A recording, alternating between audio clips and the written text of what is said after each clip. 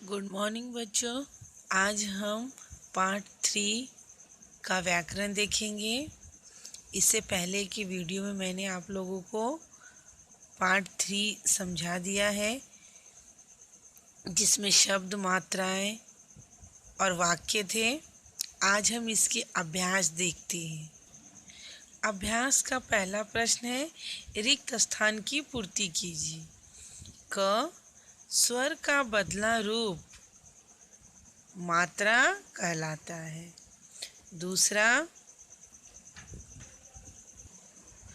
अस्वर की कोई मात्रा नहीं होती। तीसरा, शब्दों के मेल से वाक्य बनता है।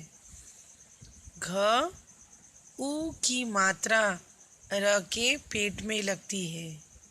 और हमारा अंतिम प्रश्न, शब्द वर्णों के मेल से बनता है।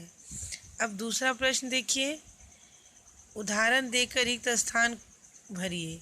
इसमें व्यंजन है, व्यंजन में स्वर की मात्रा लगानी है और उसके बाद उससे एक शब्द बनाना है। जैसे क में ई की मात्रा लगी तो की बना और फिर उससे कील शब्द बनाया गया। उसी तरह से आगे देखते हैं, च में बड़ी ऊ की मात्रा लगी तो चू बना और हम शब्द बना सकते हैं चूड़ी। प में औ की मात्रा लगी तो पौ बना और उससे शब्द बनेगा पौधा। म में री की मात्रा लगी तो मृ बना और उससे शब्द हो गया मृग।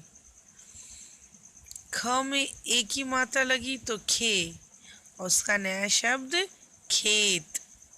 र में बड़ी ऊ की मात्रा लगी तो रू और इससे शब्द बना रुमाल।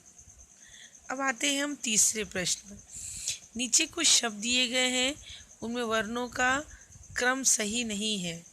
वर्णों के क्रम को सही कीजिए और सही शब्द लिखिए। मतलब यहाँ उल्टा पुल्टा दिया गया है, हमें सही करना है और उसे शब्द बनाने हैं।